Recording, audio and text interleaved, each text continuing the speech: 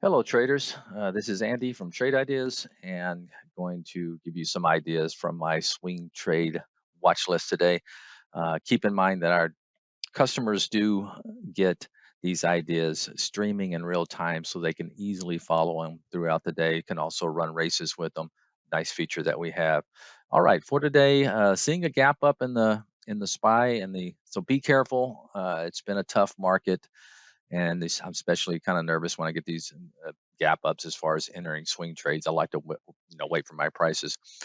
But a few on the list today is Lee. I'm really liking this LI. Okay, it's gapping up out of its kind of consolidation here after a Citibank 51 price target on it, which is double from where it is right now. So keep an eye on that one. That's setting up for, especially with Tesla having a nice run to it. This is an EV play, so keep an eye on that one. C-Day, I like what I'm seeing here, although this did have earnings and it is gapping up, so be careful, but it was a nice little pattern here going into earnings. So uh, I always nervous about chasing these, gap ups, so maybe wait for a pullback or something if you're interested in that. All right, DDL, this is a China stock that has been wedging for about 6 weeks now.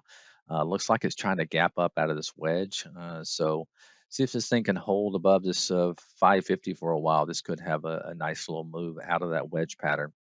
Another China play been holding up well. CD didn't really have the pullback that the China markets have, so that's been holding up some good strength there in CD.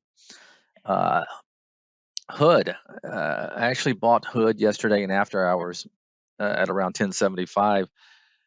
Now this one can be tricky. Okay, it's been beaten up for a very long time, and so be careful with it. But I think if it can hold the 1075 level, throughout the morning, this can really have start building maybe out of this long-term consolidation.